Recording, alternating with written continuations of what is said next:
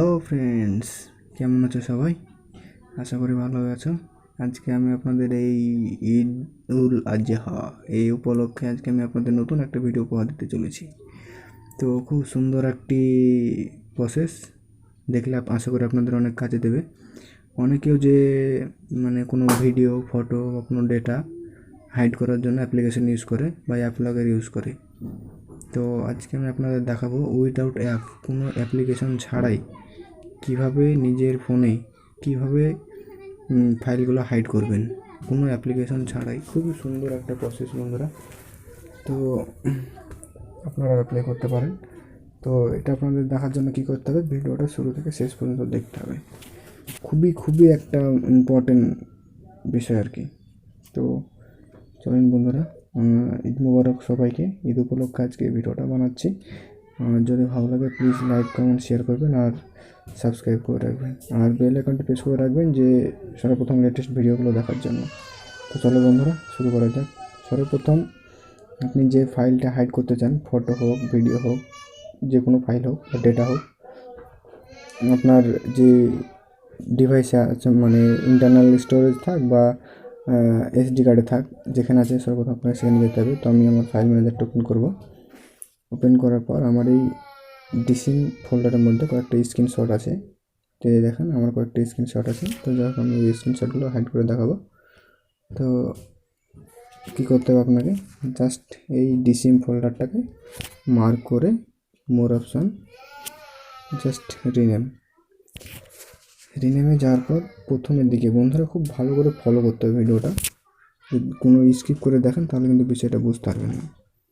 তো এই যে আপনার যে ফাইলটাই হোক, যে নামই থাক না কেন, নামটা আপনি রিনেম করতে পারেন বা নাও করতে পারেন।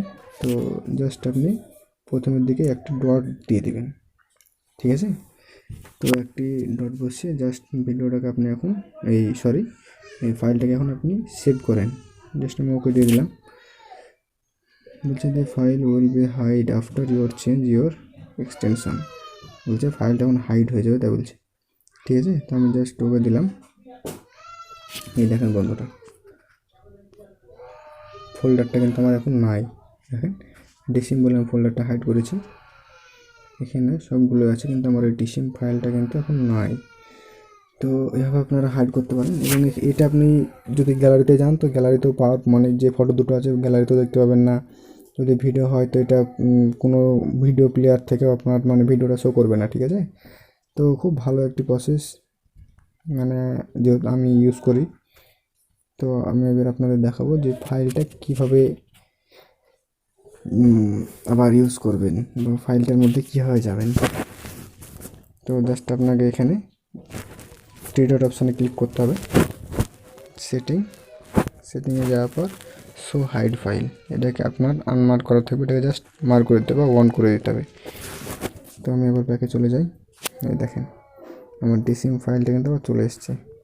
দেখুন স্ক্রিনশট, আমি যেই ফটো দুটো হাইড করেছিলাম বা যে ফটো দুটো আমি আপনাদের দেখিয়েছিলাম সে ফটো দুটোই কিন্তু আমার চলে এসছে। আমি ওপেন করি, দেখেন ওপেন হচ্ছে। সব কিছু আপনি ভিডিও হলেও আপনি হাইড করতে পারেন এবং ভিডিওগুলো ভালো ইউজ করতে পারেন, দেখতে পারেন। যে কোনো ডাটা হোক না কেন, MP3 সব কিছু আপনি এইভাবে করতে পারেন। তো খুব সুন্দর একটি বিষয়। আবার যদি আপনি ফাইলটা হাইড করতে চান তো আবার জাস্ট এখানে করে দিলে আবার হাইড হয়ে গেল অটোমেটিক। তো সরি আমি ওটা আর হাইড করতে চাইছি না, সেটিংয়ে গিয়ে প্রোফাইল করছি। এটা যদি আপনি আর হাইড করতে না চান তো আপনি জাস্ট আবার ওটাকে মার্ক করবেন, রিনেমে যাবেন। শুধুমাত্র ছোট্ট একটি কাজ করতে হবে, ডটটাই কেটে দিতে হবে, ঠিক আছে? তো ডটটি কেটে দেওয়ার পর আমি আমার ফাইলটা সেভ করব। দেন সেভ হয়ে গেছে। আমি এখন ফাইলটাকে হাইড করে দেবো, হাইড করে দিলাম। ফোল্ডারটা আমার আবার যে অবস্থায় সে অবস্থায় চলে এসছে। তো খুব সুন্দর একটি বিষয় বন্ধুরা, ঈদ উপলক্ষে আমি আপনাদেরকে শেয়ার করলাম। তো সকল বন্ধুদেরকে আমার ঈদ মোবারকের, ঈদের শুভেচ্ছা রইল। আর ঈদ কেমন কাটলো সবাই কমেন্ট করে জানাবেন যে কমেন্ট বক্সে। তো ভালো লাগলে প্লিজ লাইক, কমেন্ট, শেয়ার করবেন। আর যারা আমার চ্যানেলে নতুন প্লিজ সাবস্ক্রাইব করে রাখবেন আর বেল আইকনটি প্রেস করে রাখবেন সর্বপ্রথম লেটেস্ট ভিডিওগুলো দেখার জন্য। তো বন্ধুরা আজকে এই পর্যন্ত।